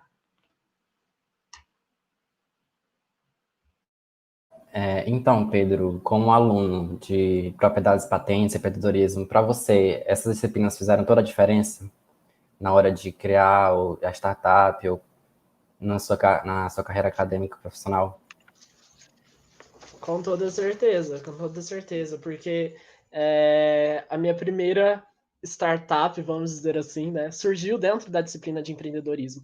A metodologia dessa disciplina é completamente diferente, nela você tem que criar uma startup, e aí todas as aulas você tem que apresentar o seu pitch, né, você tem que apresentar o que seria a sua ideia. E aí a cada semana você vai acrescentando um extra, né, uma semana você tem que adicionar um diferencial, outra semana você tem que fazer uma pesquisa de mercado e tudo mais. E nisso você vai aprendendo a fazer esses processos, certo? Novamente, o que eu acho que é ruim por partes é que essa disciplina ela fica, se não me engano, no 6º ou 7º semestre, que é tipo bem mais para o fim do curso. Então a gente demora muito para ter essa ideia. Inclusive, muitos alunos deixam a biotecnologia, né? Por não se ver na área acadêmica, né? Não se vê na área de pesquisa mesmo.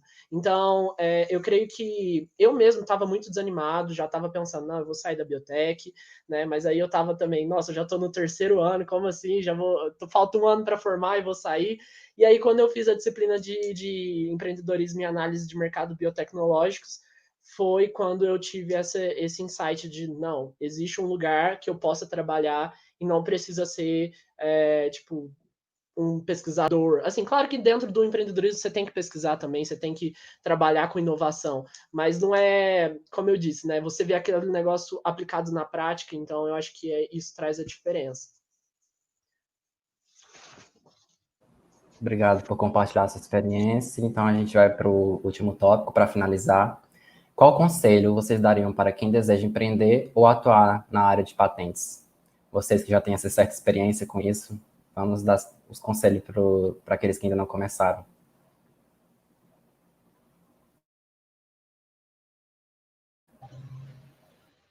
Quer começar? Agora começa vocês, que eu já falei muito. Pode começar, professora Thalita. Eu acho que é o termo arrisque. arrisque. Eu acho que a gente tem, a gente vê histórias de sucesso, né, de startups, mas a gente não vê os tombos que foram levados antes, né? Então, eu acho que a gente vê vários cases de sucesso, a gente vê que a pessoa teve que passar por muitas dificuldades até chegar naquele ponto, né? Então, eu acho que não tomar aquela tentativa como sendo, eu não quero tentar mais, sabe? Eu acho que é exatamente desafiador, mas eu acho que a gente tem que ter disposição e ousadia. Eu vou usar um termo que uma amiga minha gosta de usar, e eu acho que é isso. A gente tem que ousar, a gente tem que tentar até o fim. Né? Eu falo para os meninos da Levare que a gente tem que esgotar todas as possibilidades. Depois de esgotar todas as possibilidades, a gente desiste. Se não, até não se esgotar, a gente está lá tentando. Né? Então, eu acho que é essa coisa do desafio que traz também esse estímulo para que a gente continue na nossa caminhada, né? Bom, eu fiz uma colinha aqui, eu separei 4 dicas para pessoas que querem ser empreendedor. Assim, coisas que eu vivi na prática, eu não vi isso em lugar nenhum, mas vamos lá. A primeira, eu acho que é necessário que vocês sejam criativos, sabe? A criatividade é uma coisa que pode te ajudar. E eu não falo só criatividade de ideias, de inovação, eu falo criatividade também na resolução de problemas, por exemplo, né? Às vezes você ver aquela situação por um ângulo diferente, por uma visão diferente, compartilhando as suas ideias com pessoas diversas, isso pode te trazer a resolução daquele problema, te trazer um produto ou um serviço que seja inovador, que seja disruptivo e tudo mais. A segunda dica que eu daria é para que vocês sejam curiosos, porque a curiosidade também é uma característica muito importante para pessoas que querem trabalhar com empreendedorismo, porque a cada dia a inovação não para, né? A cada dia coisas novas estão surgindo e você tem sempre que estar a par disso e pesquisando e buscando, sendo curioso, que também está muito relacionado com a criatividade, né? O terceiro tópico seria usar o seu networking, né? Você não precisa saber fazer tudo, mas você precisa conhecer as pessoas que saibam. Então, eu acho que assim o networking é muito importante. Você ter, né, conhecer pessoas, você trocar contatos, falar e criar essa rede mesmo de apoio, de ajuda para que todos cresçam juntos. E por fim, eu acho que a última dica que eu daria, que para mim é a mais importante, é para vocês serem humanos. Sei que parece meio ridículo isso, né? De seja humano.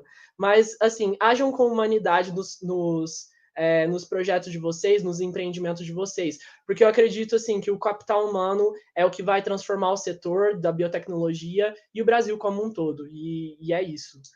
Então, essas são minhas dicas para vocês. Eu posso complementar, adorei as dicas do Pedro, mas assim, o que eu acho que é importante até para desmistificar, que eu vejo que muita gente tem medo de errar, eu acho que não pode ter medo de errar. Tem que errar muito, errar rápido e aprender com esse erro. Então, essa questão, como a professora Thalita comentou, né? A ousadia também é em você perceber que não tem problema nenhum. Você tem que se desafiar, não desistir, porque, de fato, a gente leva muito mais tombo do que consegue crescer. Que ninguém vai ver os tombos que a gente leva, né? Só vai ver as pingas que a gente toma. Então, no fundo, é isso. É a gente tentar sempre se superar, mas sem vergonha de errar, sem medo de se desafiar. E se não for aquele caminho, já muda a rota e ajusta, porque é assim que a gente consegue crescer e é assim que a gente consegue se desenvolver. Então, acho que é muito importante também, quem quer trabalhar com inovação, ter essa questão muito clara. Errar, todo mundo vai errar. A gente tem que aprender com os erros. Não tem que criar aquela percepção de que o erro é, de fato, alguma coisa que te bloqueia. Não, é uma coisa que você vai aprender com ele, seguir em frente e fazer alguma coisa um pouco melhor. Eu acho que isso é muito importante em qualquer área, né? Mas, principalmente, quando a gente trabalha com inovação. Mas, perfeito. Adorei as dicas. Estamos encerrando a nossa roda de conversa. Foi incrível, vocês falaram tudo com propriedade, vocês conseguiram abordar tudo que é mais importante nessa área. Agora a gente vai abrir para a parte de perguntas. Primeira pergunta, então, do Lucas Rossi. Qual o maior desafio que vocês enxergam na elaboração do serviço da startup de vocês? E como fica a questão de aplicação do serviço e a API da startup com relação à universidade?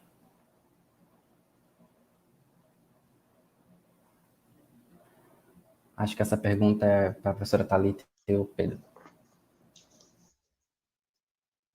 Prof, acho que a gente pode ir se complementando. Bom, Pode começar. Um grande desafio que a gente encontra, né, na elaboração de serviços é a questão de validação, principalmente porque o mercado ainda está crescendo, então às vezes é difícil contactar as pessoas que estão dentro do mercado.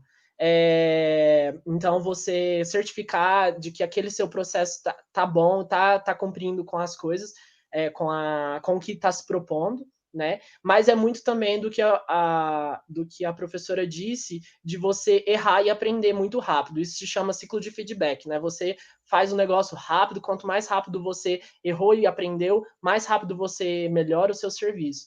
Entende? Então, a gente, ainda como a gente falou, a gente está numa etapa de elaboração e a gente ainda está nessa fase, né, de tipo, isso vai dar certo, isso não vai dar certo, a gente tem que testar, entende? Então, eu acho que é isso. E aí, a questão de propriedade eu vou deixar para a professora falar.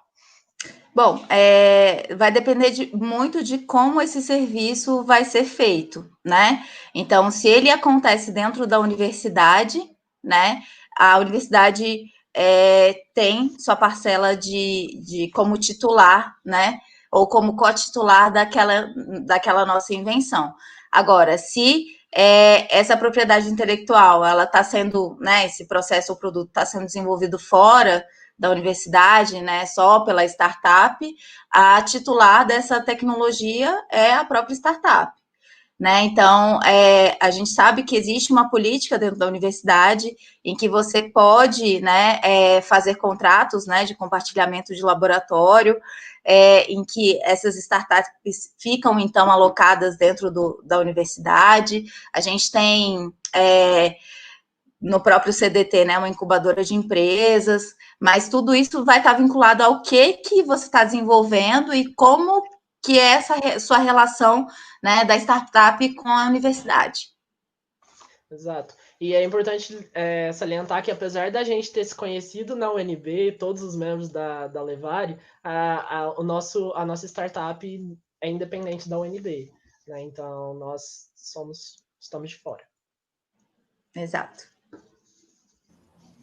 Antes de passar para a próxima pergunta da Letícia, eu gostaria de avisar a todos que o formulário de presidência está aberto. Para você se inscreveu nessa roda, preencha lá para garantir o seu certificado. Agora a pergunta da Letícia. Vocês acham que a quantidade de patentes no Brasil ser pequena tem a ver também com a alta burocracia que tem para ser feito?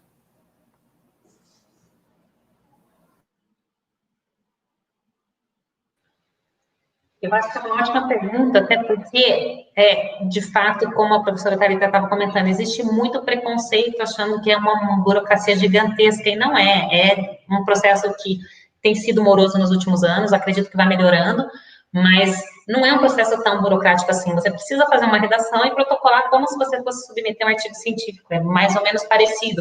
Você vai submeter esse artigo científico nos moldes daquela revista. Você vai ter que adequar ele para aquela revista para que você consiga submeter para que seja de fato aceito, né? Às vezes não é aceito na primeira revista, você vai precisar readequar, aceitar, submeter em outra. Então, o processo de patenteamento é parecido. Você vai redigir o documento de patente, tomando muito cuidado para a reivindicação, que é a parte mais importante da patente, de fato, proteger aquela sua inovação, e vai protocolar na NPI de acordo com os moldes que a NPI sugere.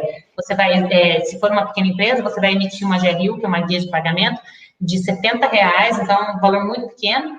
Você vai pagar essa GRU, protocolar junto com o seu pedido de patente e vai esperar esse processo acontecer, né? Ou, se você quiser, você pode pedir aceleração de exame, mas é muito simples, assim, não é uma burocracia gigantesca. É protocolar esse artigo com o molde que ele precisa, da maneira que ele exige, que está tudo bem explicadinho no site da NPI, e acompanhar os prazos, isso é muito importante, acompanhar os prazos, pagar as taxas, fazer tudo de acordo com o que tem lá no manual de patentes do NPI, para que você consiga acompanhar esse pedido até o final e não perder nenhuma anuidade, porque se você perde os prazos também, você pode perder esse pedido de patente.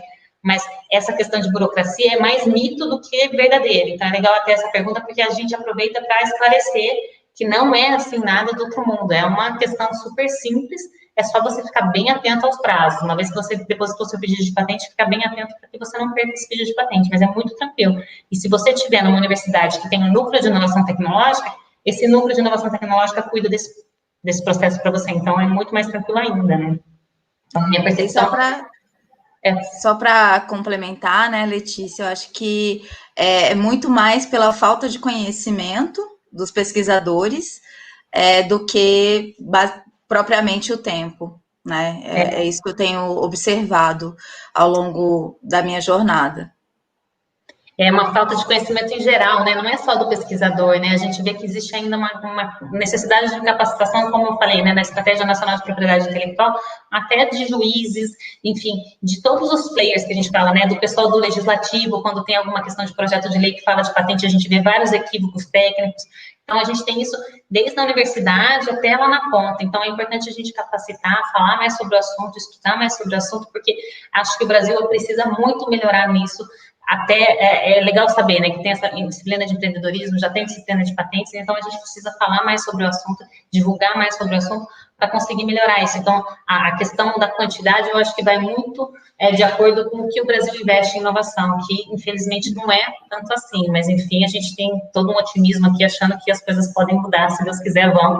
E a gente pode fazer a nossa parte, né? Assim, eu brinco que eu faço o meu pequeno pedaço aqui no que eu consigo, né? Estou fazendo esse curso, que também é super complicado para a gente ter tempo de conseguir atender as demandas da consultoria, dar as aulas na Unicamp, fazer esse curso. Eu acabei fazendo online por conta da pandemia, a ideia era que a gente tivesse um curso presencial, mas enfim, a gente acabou fazendo nesse formato digital.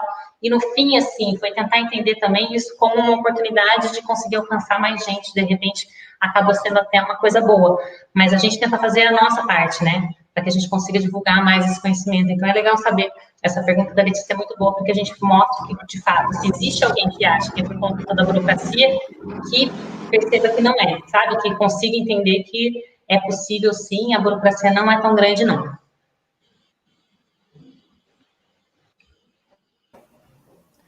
Pergunta da Letícia novamente. Existe algum impedimento de se produzir dentro da universidade, patentear e proteger essa propriedade intelectual como sua?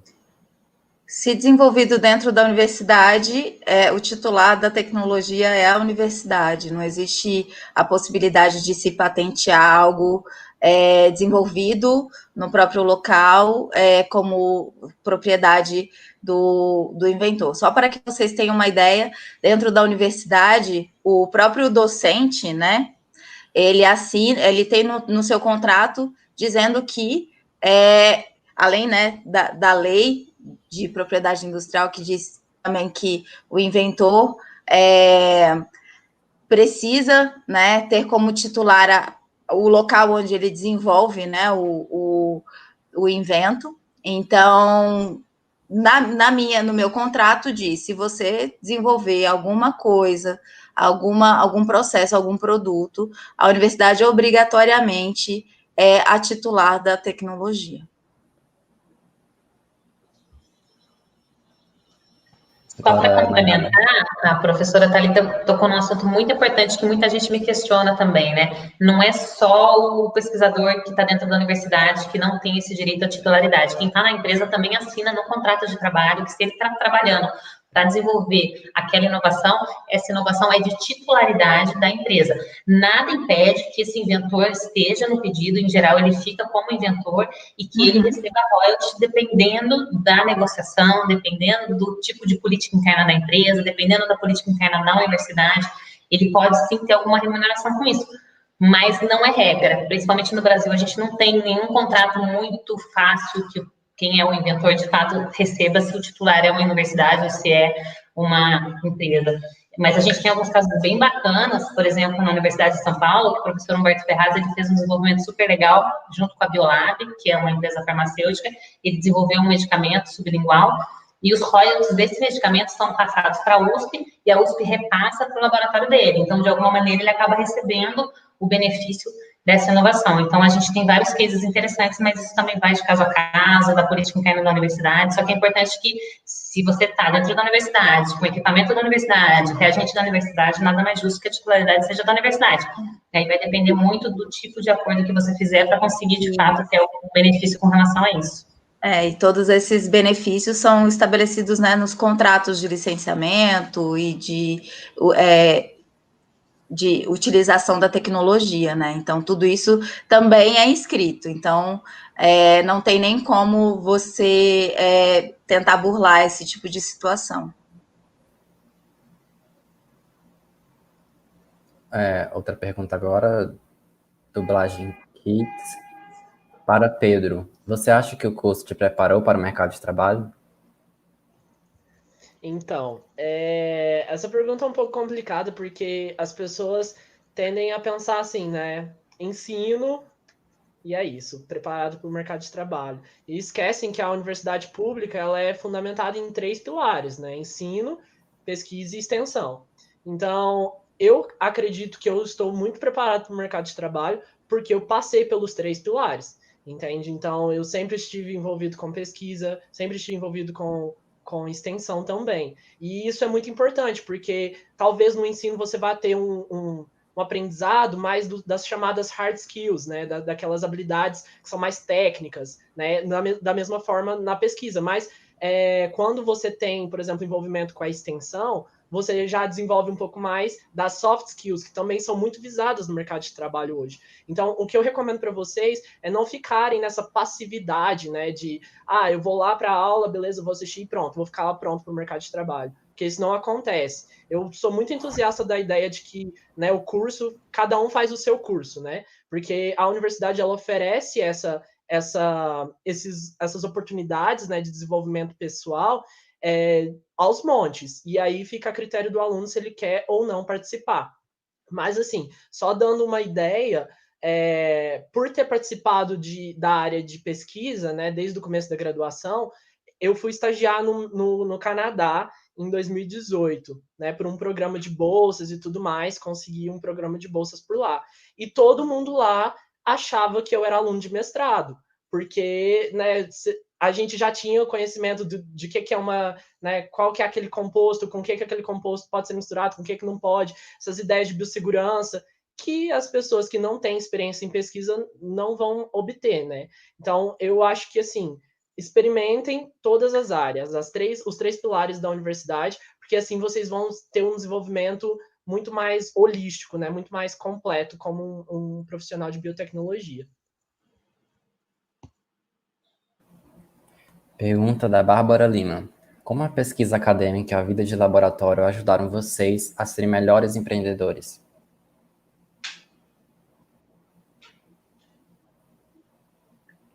Pode começar, Pedro. Eu acho que o principal ponto é a resolução de problema, né? Porque a gente sabe que pesquisa, né? Você faz uma coisa, não dá certo, aí tem que pensar de um jeito criativo de refazer aquilo, ou tenta outro protocolo, ou às vezes tem a questão de adaptabilidade, né? O que se encaixa na minha situação aqui agora. Então, eu acho que a pesquisa me ajudou muito com isso, nesse quesito, e também no quesito de entender como que um produto é desenvolvido, né? Tipo, que a gente tem que entender quais são as propriedades daquele produto, quais são as propriedades daquele composto, porque não adianta nada você saber tudo sobre, tipo, gestão e tudo mais, e aí chega lá na hora, você não sabe fazer o seu negócio, o seu serviço, sabe? Então, eu acredito que a pesquisa me preparou muito para isso e me transformou no melhor empreendedor. Eu vou juntar mais dois fatores que acho que também são importantes, o que o Pedro falou. Um primeiro fator então, a rotina de estudo, né? Então, assim, faz com que a gente também procure por literatura, né, na área de empreendedorismo, procure por curso, então, procure por conhecimento, né? E outra também característica, eu acho que é a organização. Então, a vida no laboratório nos traz essa parte, né, de saber se organizar, saber, por exemplo, organizar experimentos, organizar a rotina. Então, também, e isso é muito parte, né, da nossa vida de empreendedor também.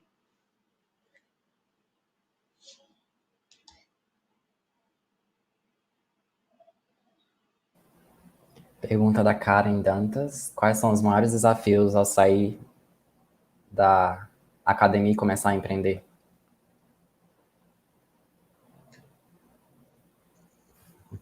Prof, você quer começar nessa? Eu acho que é mesmo assim, se jogar num mundo desconhecido, né? E sair do Exato. nosso lugar comum, da nossa zona de conforto. Eu acho que é o que mais resume para mim, é isso. Uhum. Eu tinha separado aqui uma listinha de coisas, né, de principais desafios para desenvolvimento de uma startup de biotecnologia, que foram listados pela Biominas em 2007.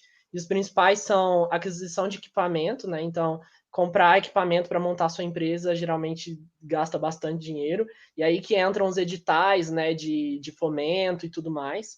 A questão de falta de profissionais qualificados para trabalhar no seu empreendimento, o know-how comercial e financeiro, então às vezes você sabe super sobre biotech, mas não sabe nada sobre gerir uma empresa, então isso pode também ser um problema, e aí entra também a questão de, né, aprendizado contínuo, de continuar se especializando e entendendo como que aquilo funciona, e também a questão de regulação e propriedade intelectual, que às vezes pode ser um desafio pelo sentido de patenteabilidade, não patenteabilidade daquilo que você está vendendo, e também obedecer os critérios, por exemplo, da Anvisa, né, dos órgãos reguladores e tudo mais.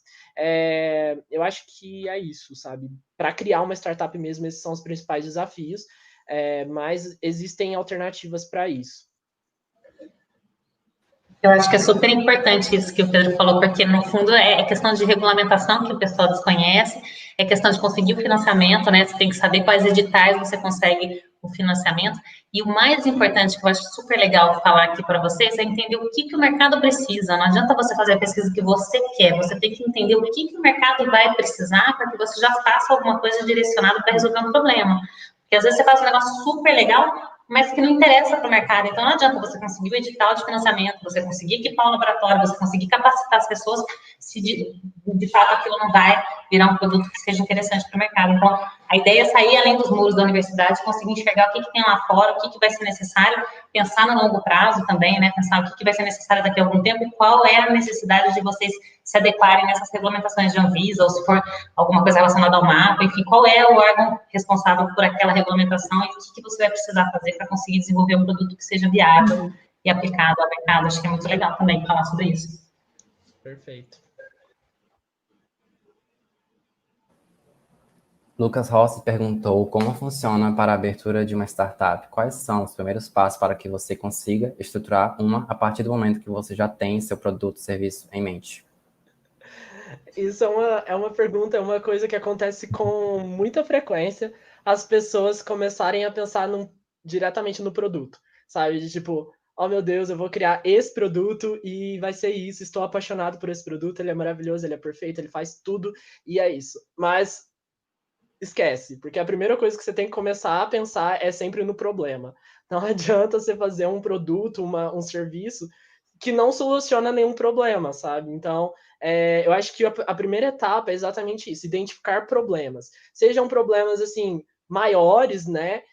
Vamos supor, sei lá, dificuldade de acesso a redes durante o EAD, por exemplo, é um problema, é gigante, né? Como que a gente pode resolver isso? Ou seja, problemas de processos, por exemplo, a empresa X está produzindo o bem Y. O que eles enfrentam de problema durante esse processo? O que eu posso melhorar nesse processo? Eu posso fazer ele mais barato? Eu posso fazer ele mais rápido? Então, você entender quais são os problemas, eu acho que é o primeiro passo. E depois disso que você começa a pensar nas propostas de soluções, que seria o seu produto ou o seu serviço, né? Prof, quer complementar com alguma coisa? Não, eu acho que é basicamente isso, né? Pensar numa linha do tempo, né? E para também estruturar as bases, né, de uma empresa, ter conhecimento ou, né, ter conhecimento daquilo que se necessita ou ter conhecimento de pessoas que resolvam aquilo que a gente necessita. Então, eu acho que é uma caminhada que é longa, não é uma coisa assim de um dia para a noite a gente consegue montar uma startup, né? Então, eu acho que a gente precisa fundamentar bases, né? Estruturar bem aquilo que a gente tem como proposta, né? Então, o que a gente tem, o que a gente quer resolver, né? Se é realmente, se aquela minha ideia ela é válida, né? Se eu vou conseguir, se o mercado pede aquilo, se eu tenho concorrentes, se eu tenho, né, realmente lugar no mercado para poder, né, vender o meu produto, desenvolver o meu produto. Né? Então, eu acho que é um caminho longo, assim, não dá pra, é um caminho de muitos pensamentos e muitos erros e muitos acertos, né? Então, e é um processo. Eu digo que é um processo. É como uma pesquisa científica, né? Que ele tem um início, um meio e o fim lá é como se a gente tivesse nosso sucesso em todos os experimentos que a gente planejou. Né? Então, é bem próximo disso, né? A história de se montar uma startup.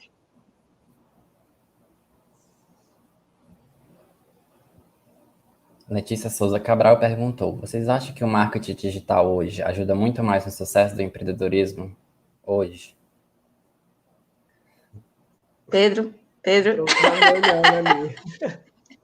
Então, pessoal, eu acredito que sim, principalmente para difusão, né, do que você quer vender, porque para você atingir o seu público, né, a sua persona, o seu público-alvo, acho que é muito importante você estar conectado nas redes, né, porque, como eu disse antes, biotech ainda é uma coisa desconhecida, as pessoas não sabem muito o que é, como que faz, se é de comer, se é de passar no cabelo.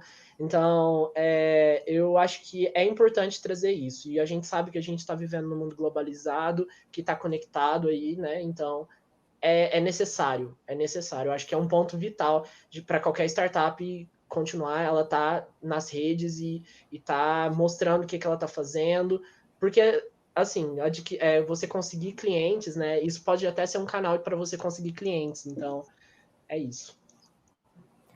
Inclusive, gente, já que chegamos nessa questão, sigam a rede da Levare no Instagram, sigam a empresa também da professora Letícia, Inova-IPI, e a linha também está aqui no banner embaixo, a gente colocou também, durante a apresentação, as redes sociais da Levare, Inova-IPI, e se a gente puder, a gente vai colocar no final também, no chat, para vocês seguirem as páginas. Próxima pergunta da Bárbara Lima: quando um pesquisador submete uma patente e ela é aceita, ela se torna propriedade da universidade? Para onde vão os recursos financeiros advindos da patente? Primeira pergunta, no caso, acho que já foi respondida, né? Aí, para onde vão os recursos financeiros advindos da patente? Professora Thalita, se quiser falar sobre isso. Eu acho que é importante dizer que após, né, a submissão, o depósito dessa patente, aliado a esse depósito de patente um processo, né, de busca por empresas interessadas em comercializar aquela tecnologia. Então, a gente tem ainda uma etapa dentro desse processo, né, e quando do surgimento de uma empresa que está disposta, né, a comercializar essa tecnologia. Então, se assina um contrato de licenciamento e dentro desse contrato de licenciamento se decide, né, por exemplo, de posse, quantos por cento da renda dessa empresa vai ser utilizada para pagamento de royalties, né? Então, dentro dessa divisão de royalties, entra a universidade, entra o departamento do pesquisador ou do... E aí, quando eu falo pesquisador, eu falo do professor, do aluno que desenvolveu aquela tecnologia, entra para os próprios inventores. Então, tudo isso é decidido, né, firmado por todos os interessados, então, universidade, empresa, cotitulares, inventores e etc., dentro de um contrato de licenciamento.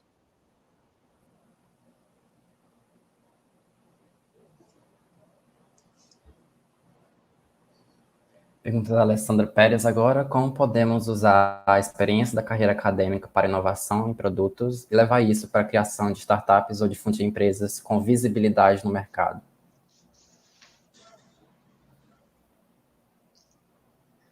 Pedro?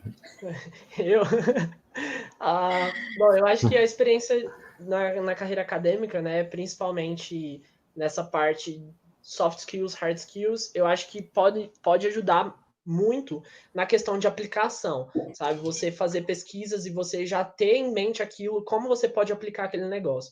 Eu conheço pessoas que trabalharam na graduação com, por exemplo, PHA, que é um tipo de plástico, né? Produzido a partir de bactérias. E aí logo depois, criaram uma empresa de bioplásticos. Então, assim, você ter essa ideia de, tipo, o que você está trabalhando, às vezes, né, em alguns casos não acontece. Por exemplo, estou trabalhando lá, com a vacina, né? Vai ser um pouco mais difícil, um pouco mais, vai ter que passar por uns trâmites maiores aí para conseguir criar uma startup de vacina. Mas talvez o que você faz tenha uma aplicação já que você tenha essa criatividade de ter um produto com aquilo que você está trabalhando. E também tem a questão das soft skills, como eu já mencionei, né, de adaptação, de busca constante por conhecimento, que é uma coisa que mesmo que você não crie uma startup e você vá trabalhar no mercado de trabalho, isso aí é de extrema importância. Então, eu acho que a experiência acadêmica ajuda muito nisso.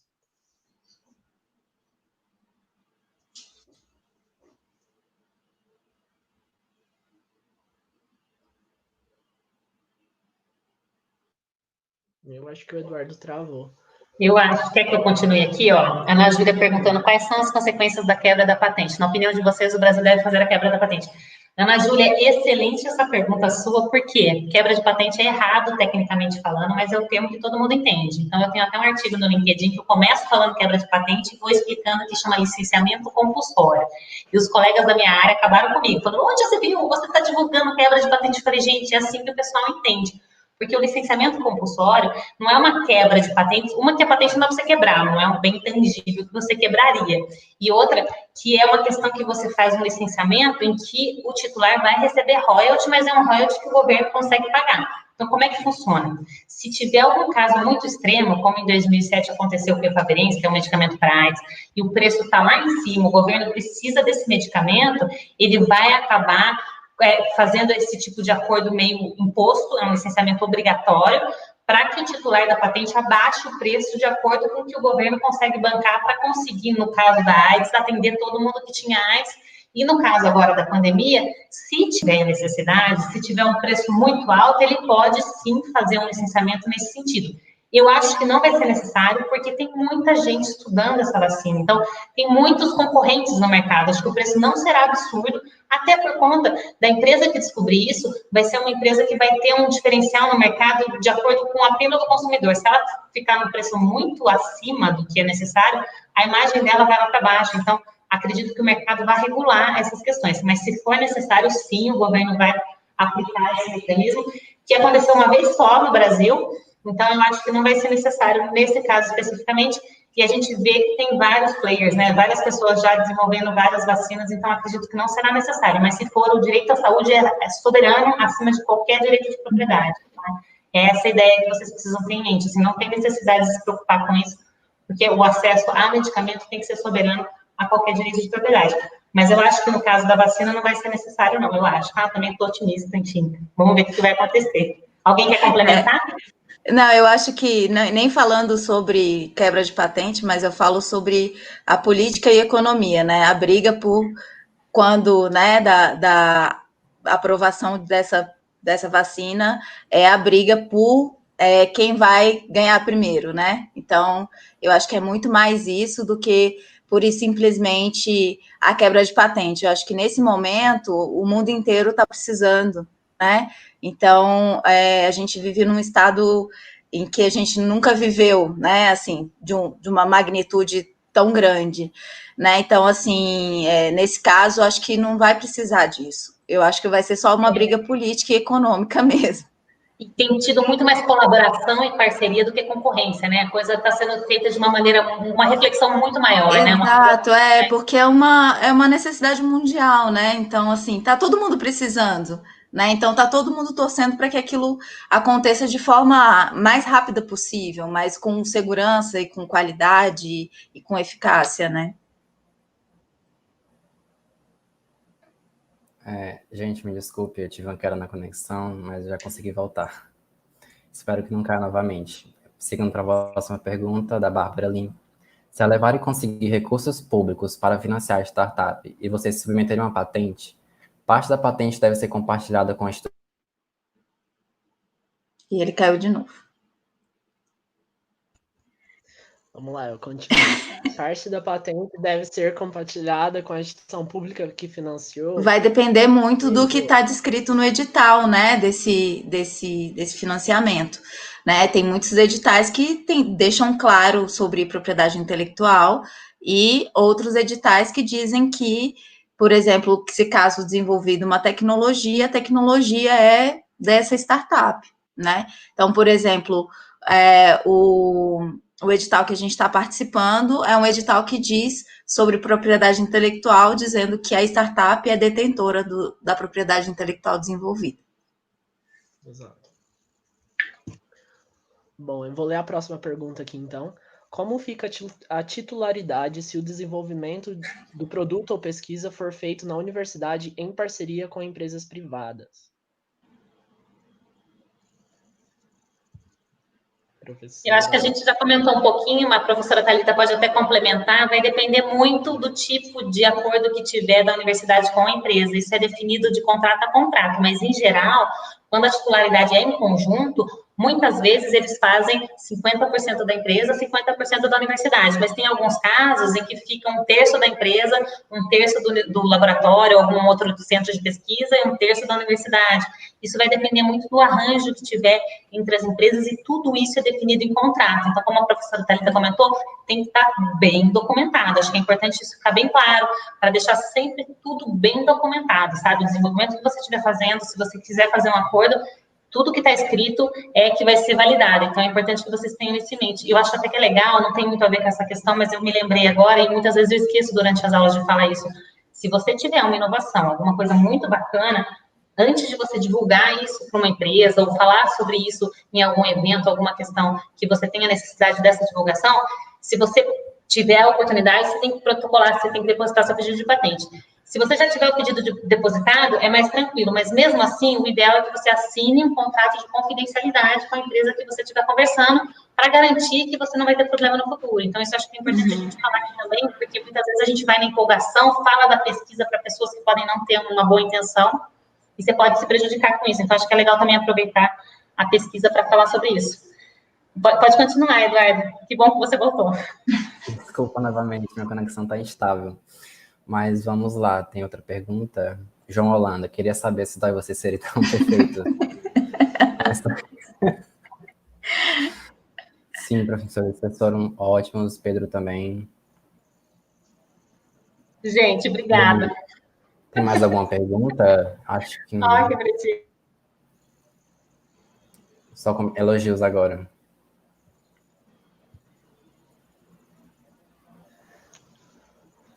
Ai, galera, muito bom, muito bom. Obrigada, pessoal. Excelente, gente. Obrigada.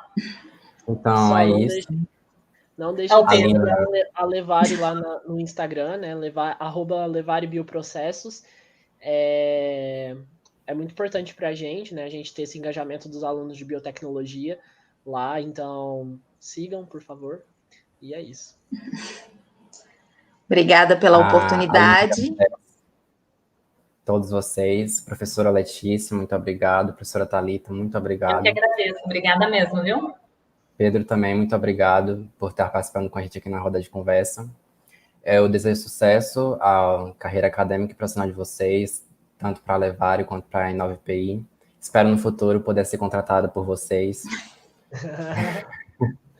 Detalhe, os alunos de biotecnologia podem se inscrever para fazer o estágio profissional na Levari. Isso é uma coisa muito importante para se É importante dizer que esse semestre nós temos 3 alunos, né, integrando o nosso time, e eu acho que isso vai ficar por todos os próximos semestres. Então, sejam bem-vindos à Levari.